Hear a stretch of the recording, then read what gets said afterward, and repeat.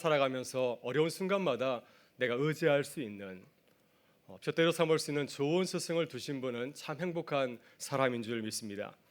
함석헌 선생님은 그 사람을 가졌는가 하는 시를 남겨주셨습니다.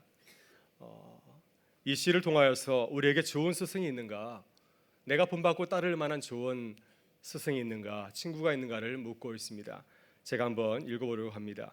말리길 나서는 날 처자를 내맡기며 맘 놓고 갈 만한 사람, 그 사람을 그대는 가졌는가? 온 세상 다 나를 버려 마음이 애로울 때에도 저만이야 하고 믿어지는 그 사람을 그대는 가졌는가? 탔던 배 꺼지는 시간 구명대 서로 사양하며 너만은 제발 살아다워 할 그 사람을 그대는 가졌는가? 불의의 사형장에서 다 죽어도 너희 세상 빛을 위해 저만은 살려두거라 일러줄 그 사람을 그대는 가졌는가? 잊지 못할 이 세상을 놓고 떠나야 할 때 저 하나 있으니 하며 번긋이 웃고 눈을 감을 그 사람을 그대는 가졌는가? 온 세상이 찬성하여도 아니하고 가만히 머리 흔들 그 한 얼굴 생각에 알뜰한 유혹을 물리치게 되는 그 사람을 그대는 가졌는가? 만일 우리 주변에 우리 인생을 맡길 수 있을 만큼 신실하고 또 의로운 친구나 스승이 많이 있다고 한다면 함석헌 선생님은 이러한 안타까운 시를 우리에게 남기지 않았을 것입니다. 만일 우리에게 본받고 따를 만한 참 스승이 있다고 한다면 이 시가 우리의 마음을 그렇게 울리지는 않을 것입니다. 우리는 스승의 주일이 되면은 우리 주변에 좋은 스승이 없는 현실을 탓을 하곤 합니다. 그러나 우리는 스승의 주일을 맞이하며 우리의 모습을 다시 돌아볼 수 있기를 바랍니다. 우리는 정말 참된 좋은 스승을 찾고 있습니까? 그 스승을 본받아서 따라가려고 애쓰고 있습니까? 또 우리 자신도 좋은 스승이 되기 위해서 우리 자신을 아름답게 가꾸며 또 훈련하고 있습니까? 우리 사랑하는 자녀들에게 또 우리 많은 믿음의 후배들에게 좋은 스승의 모습을 보여주기 위해서 우리는 매일매일 우리의 모습을 돌아보면서 나아가고 있으십니까? 신학교 시절에 신학생들이 존경하는 목사님께서 오셔서 사경회를 인도하신 적이 있습니다. 그 목사님께서 신학생들에게 참 많은 은혜 끼쳤는데 그때 신학생들에게 남겨준 그 말씀이 생각이 납니다. 그때 이러한 간곡한 부탁을 드렸습니다. 여러분, 신학교 시절에는 누구나 예언자처럼 기성교회나 기성 목회자들을 비판하곤 합니다. 그러나 그렇게 예언자처럼 교회를 비판하던 신학생들이 참 많은데 교회는 여전히 변화되고 있지 않습니다. 그 이유가 어디 있을까요? 그렇게 많은 예언자들이 있음에도 불구하고 왜 교회는 변화되지 않습니까? 그것은 신학생들이 말만 하고 그 비판대로 살지 않기 때문입니다. 따라서 여러분은 지금 하고자 하는 그 비판의 목소리를 여러분 가슴에 꼭 간직하시길 바랍니다. 여러분이 이제 많이 성장하여서 나중에 교회를 목회하고 또 이 사회를 변화시킬 수 있는 지도자의 그 자리에 서게 되었을 때 그때 여러분들이 신학교 시절에 문제 삼았던 그 내용들을 기억하면서 그대로 실천하실 수 있기를 바랍니다. 여러분이 그렇게 살아간다면 한국교회는 여러분을 통하여서 아름답게 변화될 줄 믿습니다. 그 말씀이 스승의 주일을 맞이해서 다시금 생각이 납니다. 여러분, 그렇습니다. 우리는 스승의 주일을 맞이해서 우리의 모습을 다시 돌아봐야 될 줄 믿습니다. 스승의 부재를 탓하기 전에 정말 우리는 좋은 스승이 되려고 애쓰고 있는가? 다른 사람들에게, 우리 주변 사람들에게 선한 영향을 미치기 위해서 애쓰며 있는가? 우리의 모습을 돌아보면서 혹시 우리가 부족함이 있다고 한다면 우리의 잘못을 뉘우치고 돌아서야 될 줄 믿습니다. 그리고 부단히 좋은 스승을 본받고 따라가는 주님의 제자들 될 수 있기를 간절히 바랍니다. 여러분, 우리는 스승의 주일을 맞이해서 하나님께 참 감사하는 마음이 듭니다. 왜냐하면 하나님께서는 우리가 영원히 따라갈 수 있는, 평생 본받고 따라갈 수 있는 좋은 스승을 우리에게 주셨기 때문입니다. 오늘 본문을 보면 주님께서는 우리에게 나를 따르라고 말씀하십니다. 나를 따라오라, 나를 따라오라 말씀하십니다. 예수님께서는 우리가 본받고 따라가야 될 영원한 스승인 줄 믿습니다. 그 예수님을 우리의 스승으로 모시고 그 말씀대로 한 걸음 한 걸음 따라가는 우리 모두가 되실 수 있기를 바랍니다. 오늘 본문의 말씀은 예수님께서 세리마태를 제자로 삼으신 사건입니다. 아마도 이 사건은 당시 유대인 사이에 큰 영향력을 주었을 것입니다. 아마 깜짝 놀랐을 것입니다. 어떻게 세리를 제자로 삼을 수 있는가 하면서 모두가 깜짝 놀랐을 것입니다. 왜냐하면 당시 유대인 사이에서 어떤 랍비들도 세리를 자신의 제자로 삼는 경우는 없었기 때문이었습니다. 그런데 주님께서는 모든 사람들이 아니라고 생각하는, 저 사람은 제자가 될 수 없다고 생각하는 세리를 제자로 삼으셨습니다. 주님은 마태를 제자로 삼은 사건을 통하여서 우리에게 대단히 중요한 제자도를 말씀하고 있습니다. 주님을 스승으로 본받고 따르는 사람은 교회를 어떻게 바라봐야 되는 것인가?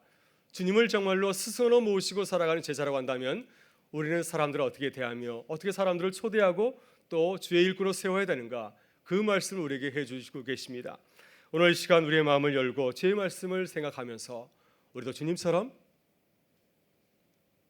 사람을 바라보고 또 교회를 바라보는 주님의 사람들 되실 수 있기를 바랍니다. 여러분, 그렇다면 우리의 스승이신 예수님께서 우리에게 당부하신 제자의 모습은 무엇입니까? 주님은 마태를 제자로 삼으신 사건을 통하여서 세 가지 제자의 모습, 또 세 가지 교회의 모습을 우리에게 당부하고 있습니다. 첫째, 예수님께서는 세리 마태를 긍휼과 자비의 눈으로 바라보셨습니다. 따라서 우리도 주님의 제자라고 한다면 모든 사람들을 사랑의 눈으로 바라봐야 될 줄 믿습니다. 이것이 주님의 제자요, 또한 교회의 아름다운 모습입니다. 예수님께서는 길을 거시다가 세간에서 세금을 걷고 있는 한 세리를 유심히 바라보았습니다. 바로 그 사람은 다름 아닌 마태였습니다. 여러분, 신약 성경을 보게 되면 세리가 참 많이 등장합니다. 세리에 대한 비유도 있고 또 세리장 삭개 이야기도 우리가 잘 알고 있죠. 이 세리는 유대인들에게 경멸의 대상이었고 구제받을 수 없는 죄인으로 간주되었습니다. 그들이 사람들에게 무시를 당하고 미움을 샀던 것은 그들이 부패하였고 참으로 부조리 하였기 때문이었습니다. 여러분, 세리는 일정 기간 어떤 지역에 통행세를 받을 권리를 가진 세관장에게 소속된 부하 직원들이었습니다. 일종의 비정규직 그러한 세리들이었습니다. 이들은 세금 징수권을 독점하고 통행세를 징수할 때 자신의 주머니를 채우려고 하였습니다. 정부에서 정해진 세금의 그 명목이 있었는데 그것만 사람들한테 요구한 것이 아니라 그 외에 더 많은 것을 사람들한테 요구하였습니다. 그래서 이들은 사람들이 생각할 때 로마 제국의 하수인들이고 또한 대리인으로 생각하였고 또 동족들에게 수많은 악행을 저질렀기 때문에 사람들은 그들을 이방인과 죄인으로 취급하였고 또 유대인 사이에서 그들을 배척하였고 또 추방까지 하기도 하였습니다. 그런데 예수님께서는 세리 마태를 보시면서 나를 따르라고 말씀하십니다. 그리고 그를 자신의 제자로 삼아 주셨습니다. 여러분의 주님은 세리 마태를 제자로 부르셨을까요? 왜 주님께서는 모든 사람들이 싫어하는 경멸하는 그 사람을 당신의 제자로 부르셨겠습니까? 주님은 마태를 세리로 바라보지 아니하고 죄인으로 바라보셨기 때문이었습니다. 하나님의 사랑과 은혜를 필요로 하는 주님의 사랑의 대상으로 바라보셨기 때문이었습니다. 많은 사람들은, 특별히 바리새인들은 그를 경멸하면서 정죄하면서 차가운 눈초리로 그를 바라보았지만은 주님께서는 이 사람도 하나님의 은혜를 필요로 하는 불쌍한 죄인으로, 불쌍한 병자로 그를 바라보셨기 때문이었습니다. 그래서 본문 12절과 13절에서 주님은 마태를 제자로 부르신 이유를 우리에게 이렇게 소개해 주고 있습니다. 같이 한번 읽어보겠습니다. 예수께서 들으시고 이르시되 건강한 자에게는 의사가 쓸데없고 병든 자에게라야 쓸데있느니라. 너희는 가서 내가 긍휼을 원하고 제사를 원하지 아니하노라 하신 뜻이 무엇인지 배우라. 나는 의인을 부르러 온 것이 아니요 죄인을 부르러 왔노라 하시니라. 아멘. 여러분, 우리는 서로를 어떻게 바라보고 있습니까? 우리가 매주일 주예전에서 만나는 서로를 향해서 어떤 눈빛으로 서로를 바라보고 계십니까? 우리는 일터에서 또 만나는 많은 동료들, 이웃들을 어떻게 바라보고 있습니까? 주님께서 마태를 바라보듯이 그렇게 사랑의 눈빛으로 바라보면서 또 사랑을 하고 있으십니까? 서울여대 장정철 교수는 사랑이 가장 아름답다라고 하는 책에서 기독교 사랑학에 대해서 말씀을 하고 있습니다. 혹시 내가 생각하기에 나는 참 사랑을 잘 못한다, 나는 사랑이 참 많이 부족해 라고 생각하는 분이 있다고 한다면 제가 이 책을 권하고 싶습니다. 사랑이 가장 아름답다라고 하는 제목의 책입니다. 장정철 교수님은 이 책에서 매우 중요한 이야기를 하고 있습니다. 많은 사람들이 사랑을 하지 못하는 것은 사랑에 대해서 오해를 하고 있기 때문이라고 하는 것이죠. 사랑을 잘 알지 못하기 때문에 사랑을 하지 못하면서 살아간다고 하는 것입니다. 첫 번째, 사람들의 오해는 사랑을 받는 것이라고 생각을 합니다. 내가 사랑을 받는 것은 내가 사랑받을 만한 많은 조건이 있다고 생각합니다. 또 반대로 내가 사랑을 받지 못한다고 한다면 그것은 내가 사랑을 받을 만한 조건이 없다고 생각을 합니다. 그래서 우리는 이렇게 얘기를 하죠. 나는 참 근사하게 생겼으니까 사람들한테 사랑받을 만한 사람이야. 제 얘기가 아닙니다. 네. 또 혹시 자신을 바라보면서 만족하지 못하면 에이, 나는 이렇게 생겼으니까 아무도 나를 사랑해 주지 않을 거야. 이렇게 자신을 향하여서 또 남을 향하여서 사랑을 탓하고는 합니다. 두 번째, 사람들의 오해는 사랑을 훈련과 연습의 문제라고 생각하기보다는 대상과 매력의 문제라고 생각을 합니다. 많은 사람들은 좋은 대상을 만나지 못하기 때문에 사랑을 하지 못한다고 생각합니다. 좋은 파트너를 만났다면 나도 좋은 사랑을 할 수 있을 터인데 참 안타깝게도 좋은 대상을 만나지 못했다고 하는 것이죠. 나는 완벽하게 준비가 되어 있는데 좋은 상대를 만나지 못하기 때문에 사랑을 하지 못한다고 하는 것입니다. 혹시 여러분도 다른 사람을 탓하고 있지는 않습니까? 어떤 잡지에 어떤 아내와 남편의 이야기가 실렸습니다. 어떤 남편이 식탁에서 아내의 허물과 결점에 대해서 이야기하였습니다. 제 얘기가 아닙니다. 당신은 음식도 잘 못하고 왜 자녀를 이렇게 키우는 거야? 직장에 가면은 당신보다 훌륭한 아내가 얼마나 많은지 몰라.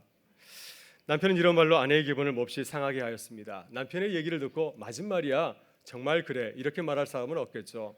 큰 스트레스를 받았습니다. 남편이 잠시 가게에 물건을 사고 돌아왔는데 식탁 위에 이런 쪽지가 놓여 있었습니다. 쪽지에는 부인의 글씨로 다음과 같은 글이 써 있었습니다. 당신 부인의 허물과 결점에 대해서 너무 탓하지 마십시오. 그러한 절점들이 있었기 때문에 당신보다 더 훌륭한 남편을 만나지 못했다는 사실을 기억하시기 바랍니다. 예, 우리는 이렇게 생각합니다. 더 좋은 조건이 있었다고 한다면, 내가 더 좋은 조건의 사람이었다고 한다면 더 나은 사람을 만나서 더 아름다운 사랑을 했을 터인데 안타깝게도 그러지 못하다고 하는 것이죠. 혹시 이렇게 생각한다면 그것은 큰 오해라고 하는 거죠. 많은 현대인들이 사랑의 탓을 다른 사람에게 돌리고 있는 것을 보게 됩니다.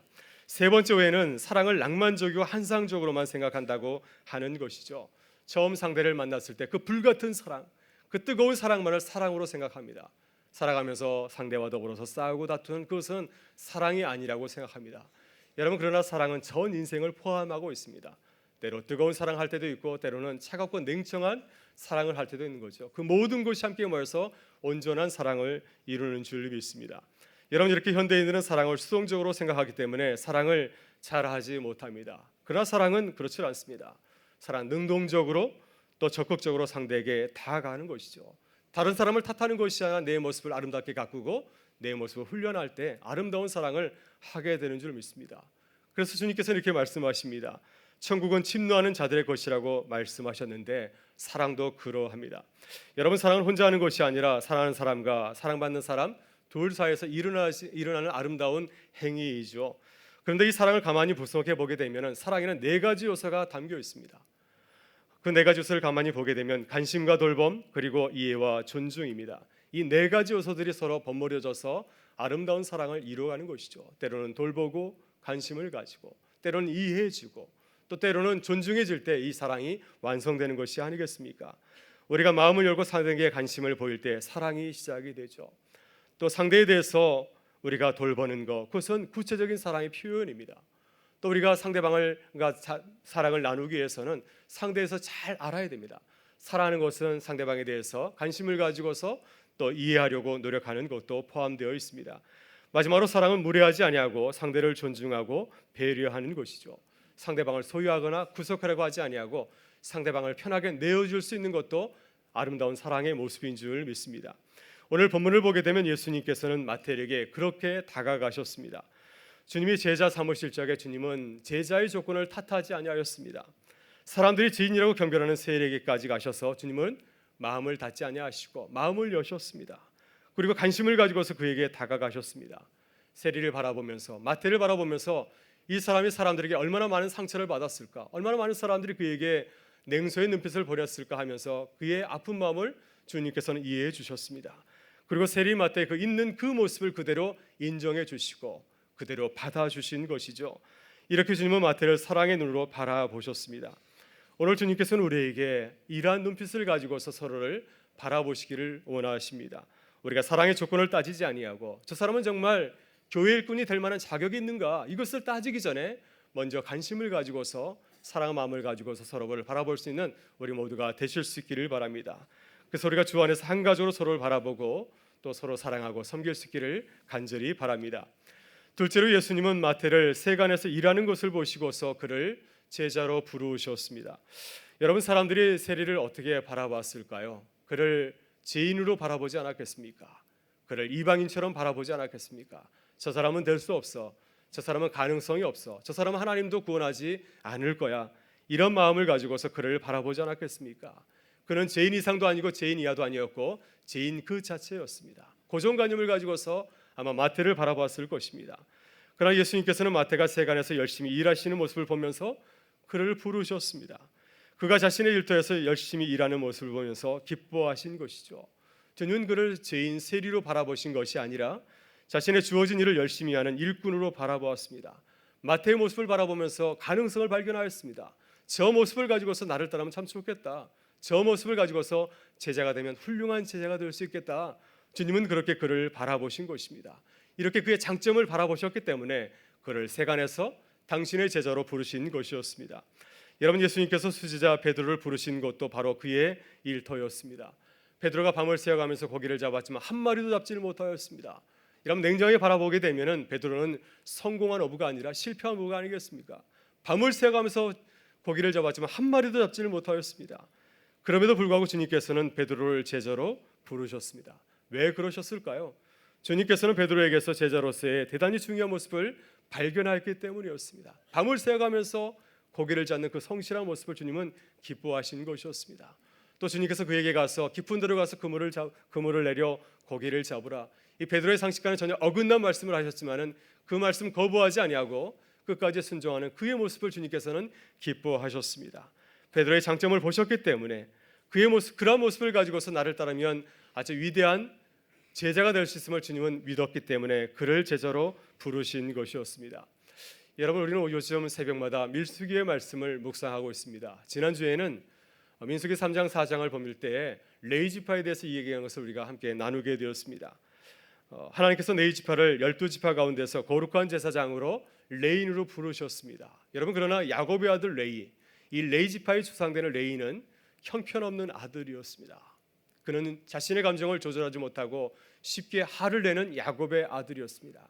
아버지 야곱의 큰 근심거리였습니다. 왜냐하면 그의 행동 때문에 자칫했으면 이 야곱의 가족이 세금에서 멸족을 당할 수 있는 그 위기를 맞이하였기 때문이었습니다. 그래서 아버지 야곱은 그에게 마음을 열지 아니하고 그를 축복하지 아니하고 그를 저주하였습니다. 레위 아들들은 기업을 차지하지 못하고 각 지파에 흩어져서 살게 되리라, 이런 저주의 같은 말씀을 하였습니다. 그러나 하나님께서는 레위 지파의 그 레위의 그 열정과 열심을 기쁘게 보셨습니다. 출애굽기 32장을 보게 되면은 이제 모세가 시내산에 올라가서 법궤를 받으러 올라가게 되었을 때 그 밑에서는 이스라엘 백성들이 금붙이를 모아다가 금송아지를 만들고 그 앞에 절하고 우상 숭배하였습니다. 모세가 내려왔을 때 깜짝 놀라게 되었습니다. 이렇게 크나큰 악을 저지른 백성들을 제거하는 일을 시작하게 되었을 때 가장 먼저 앞장선 사람이 누구였습니까? 바로 레위의 자손들이었습니다. 하나님께서는 레위 자손들의 그 열정, 그 열심을 기쁘게 보시고 저들이야말로 하나님과 귀한 성막을 책임지는 제사장과 레위인의 일을 감당하는 일꾼으로 그들을 부르신 것이었습니다. 이렇게 하나님께서는 레위의 작정을 기쁘게 보시고 그것을 거룩한 주님의 일꾼으로 삼으신 것이었습니다. 따라서 우리도 주님처럼 서로의 장점을 바라보고 칭찬하고 격려하실 수 있기를 바랍니다. 여러분, 우리 주변을 가만히 들여다보게 되면 마태처럼 그런 분들이 있습니다. 주님의 일보다는 세상을 위해서 일하시는 분들이 있습니다.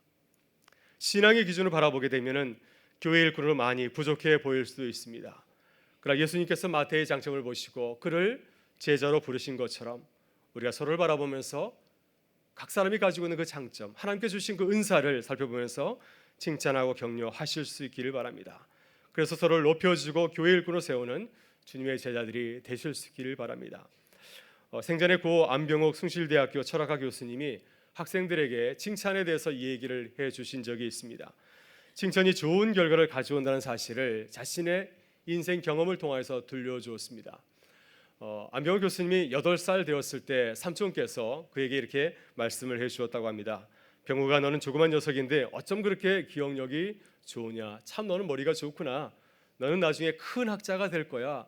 이러한 축복을 해줬다고 하는 겁니다. 8살짜리가 얼마나 똑똑하면 얼마나 똑똑하겠습니까? 그런데 삼촌이 그 조카를 향해서 이렇게 큰 칭찬을 해주었다고 하는 것이죠. 이야기를 하신 후에 안병옥 교수님이 이렇게 말씀을 하였습니다. 여러분, 나는 이 말을 지금부터 68년 전에 들었습니다. 하지만 아직까지도 그 이야기를, 그 칭찬을 정확하게 기억하고 있습니다. 그때 그 자리, 그 음성, 그 느낌을 하나도 잊지 아니하고 제 가슴에 간직하고 있습니다. 왜냐하면 그 칭찬의 말이 오늘날 제가 있도록 만들어 주었기 때문입니다. 여러분, 칭찬은 얼마나 놀라운 결과를 가져오는지 모릅니다. 현재 내 모습은 그 칭찬은 거리가 먼다 할지라도 그 칭찬이 쌓일 때 우리는 그 칭찬을 닮아가게 될 줄 믿습니다. 바로 여기에 우리들이 서로 칭찬하고 격려해야 되는 이유가 있습니다. 여러분, 우리는 안병옥 교수님의 삼촌처럼 서로에 대해서 관심을 가지고서 또 서로를 바라보실 수 있기를 바랍니다. 특별히 가정에서 우리 사랑하는 자녀들에게 늘 격려하시고 칭찬하면 좋겠습니다. 그중은 하나 하시고 9가지는 늘 칭찬하실 수 있기를 바랍니다. 그러면 자녀들에게 존경받는 부모님이 될 줄 믿습니다. 특히 교회에서도 서로를 칭찬하고 격려하는 일에 힘쓰시기를 바랍니다. 여러분, 서로에 대해서 거짓말하라고 하는 것이 아닙니다. 서로가 가지고 있는 좋은 장점, 근사를 살펴보고 당신 참 이것이 좋습니다. 매주마다 만날 때마다 칭찬해 주시기 바랍니다. 당신이 우리 교회 장로님이 되시면 참 좋겠습니다. 당신이 우리 교회 권사님이 되시면 참 좋겠습니다. 당신이 우리 교회 안수님이 되시면은 우리 교회가 크게 달라질 것입니다. 이렇게 여러분 축복해 주실 수 있기를 간절히 바랍니다. 그래서 우리도 주 안에서 서로가 서로에게 전해주는 칭찬과 격려를 통하여서 하나님께 주시는 비전을 발견하고 주님의 일꾼으로 세워지는 귀한 교회가 될 수 있기를 간절히 바랍니다. 셋째로 예수님은 마태와 함께 하나님 나라의 비전을 나누었습니다. 10절을 보게 되면 주님께서는 마태를 제자로 부르신 후에 그의 집에 찾아가셔서 그와 함께 식사를 하게 되었습니다. 우리는 식사할 때 이렇게 반드시 앉아서 식사를 하지만은 유대인들은 비스듬히 누워서 이렇게 식사를 합니다. 그것이 그들의 전통이죠. 예수님께서도 마태의 집에 가서 아마 비스듬히 누워서 식사를 하게 되었을 것입니다.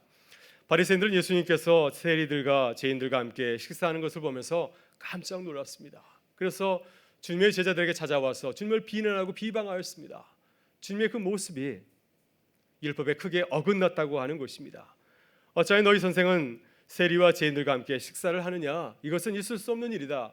이렇게 주님을 비방하였고 또 주님을 향하여서 아주 못된 별명을 만들어 부르기도 하였습니다. 저는 죄인과 세리의 친구요 목보와 술꾼이로다. 이것이 예수님의 별명입니다. 혹시 우리 가운데 이런 별명을 가지신 분들은 하나님의 큰 복이 있을 줄 믿습니다. 네, 세리와 죄인의 친구요 목보와 술꾼이로다. 이러한 무지막지한 별명을 주님 앞에 날렸습니다. 여러분, 그러나 주님께서 마태와 함께 나눈 식사는 보통 식사가 아니라 하나님 나라의 그 비전을 보여주는 특별한 식사였습니다. 하나님께서 이스라엘 백성들에게 어떻게 예언하였습니까? 장차 그때가 되게 되면 모든 열방들이 함께 모여서 하나님을 예배하며 식사를 나누게 될 것이다. 죄인과 의인이 구별하지 아니하고 모든 사람들이 함께 모이는 그 자리가 바로 하나님 나라의 모습이라고 하는 것이죠. 바로 여기 우리들 주일마다 교회 식당에서 식사를 해야 되는 중요한 이유가 있습니다. 여러분, 점심을 먹고 가지 마시고 함께 모여서 서로 축복하고 격려하는 자리가 될 수 있기 바랍니다. 바로 그것이 하나님 나라를 경험하는 귀한 자리인 줄 믿습니다. 여러분, 주님께서 마태를 부르셔서 주님의 놀라운 비전을 나누게 되었을 때 마태는 달라졌습니다. 계속해서 자신의 뱃속을 생각하면서 세금을 걷는 세리로 살아간 것이 아니라 주님의 그 비전을 가슴에 품고 그 복음을 위해서 살아가는 제자로 거듭나게 됩니다. 여러분, 마태복음이 바로 이 세리 마태가 기록한 복음서입니다. 그는 주님을 십자가에 못 박으라고 하였던 유대인들을 끝까지 포기하지 아니하고 유대인들을 향하여서 복음서를 썼습니다. 마태복음은 유대인을 위한 복음서라고 하지 않습니까? 그들이 주님에게 돌아오도록 하기 위해서 끝까지 애쓴 제자가 바로 이 세리 마태였습니다. 우리가 이러한 마음을 가지고서 함께 하나님 나라의 아름다운 나라를 이루어갈 수 있기를 간절히 바랍니다. 여러분, 한국교회의 초기 역사를 보게 되면 하나님 나라의 비전을 보여주는 아름다운 교회가 있습니다. 우리 교회가 이런 교회가 되기를 간절히 바랍니다. 전라북도 김제 금산교회는 데이트 선교사가 개척한 교회였습니다. 데이트 선교사가 전라북도에서 이제 교회를 세우게 되었는데 가장 먼저 전도한 사람이 마방을 운영하던 조독삼이라는 분이었습니다. 자연스럽게 그의 가정에서 그의 사랑방에서 교회가 시작이 되었고 또 그곳에서 예배를 드리게 되었습니다. 자연스럽게 그의 하인들도 예배를 같이 드리게 되었죠. 그 중에 이자이라고 하는 사람이 있었는데 예수를 참 잘 믿는 하인이었습니다. 2년 후에 교회 성도가 많이 불어서 150명으로 불어나서 이제 장로를 선출하게 되었습니다. 두 사람이 공천이 되었습니다. 한 사람은 주인 조독삼 씨였고 또 한 사람은 하인 이자익 씨였습니다. 두 사람 중에 누가 되었을까요? 참 놀랍게도 하인 이자익 씨가 장로로 선출이 되었습니다. 그때 이 교회를 세웠던 데이트 성교사는 얼굴이 깜깜해졌습니다. 큰일 났구나. 이제 조덕삼 씨가 화를 내고 나가면 교회는 문을 닫는 것이 아니겠습니까? 그런데 그때 조덕삼 씨가 벌떡 일어나서 이렇게 말하였습니다. 여러분, 오늘 투표는 하나님의 뜻대로 된 것입니다. 되어야 할 사람이 장로님이 되셨습니다. 이자익 형제는 신실한 하나님의 종입니다. 그는 우리의 좋은 장로님이 되실 것입니다. 이런 몇 년 후에 조덕삼 씨도 장로가 되었습니다. 그런데 이 조덕삼 장로님은 이자익 장로님이 장로로만 있어서는 참으로 부족한 사람이다, 더 크게 될 사람이다 해서 그에게 신학을 권유하였습니다. 그래서 그에게 풀 스칼라십을 주어서 평양신학교에서 이제 신학을 공부하고 목사님이 되게 되었습니다. 목사 안수를 받았을 때 이 조덕삼 장로님은 이자익 목사님을 자신의 교회로 모셔오셨습니다. 자신의 하인을 자신이 출석하는 교회에 담임 목사로 청빙한 것이었습니다. 여러분, 이것이 교회의 아름다운 모습인 줄 믿습니다. 여러분, 우리도 금산교회 조덕삼 장로님과 이자익 목사님처럼 주 안에서 하나 되어서 아름다운 하나님의 비전을 나누고 보여주는 아름다운 교회가 될 수 있기를 주의 이름으로 축원합니다. 여러분, 오늘은 스승의 주일입니다. 오늘 주님께서는 우리에게 말씀하십니다. 나를 따르라, 나는 죄인을 부르러 왔노라 말씀하십니다. 우리 교회가 예수 그리스도를 본받고 따라가는 주님의 제자들이 될 수 있기를 바랍니다. 서로를 사랑의 눈으로 바라보고 서로를 격려하고 칭찬하고 축복할 수 있기를 바랍니다. 그래서 주 안에서 우리 모두가 하나님의 아름다운 일꾼으로 일어서며 하나님 나라의 비전을 이루면서 이 땅 가운데서 아름다운 하나님 나라를 보여주는 귀한 교회, 또 주님의 제자 될 수 있기를 주의 이름으로 축원합니다. 우리 다 같이 일어나셔서 하나님께 찬양으로 영광 돌리겠습니다.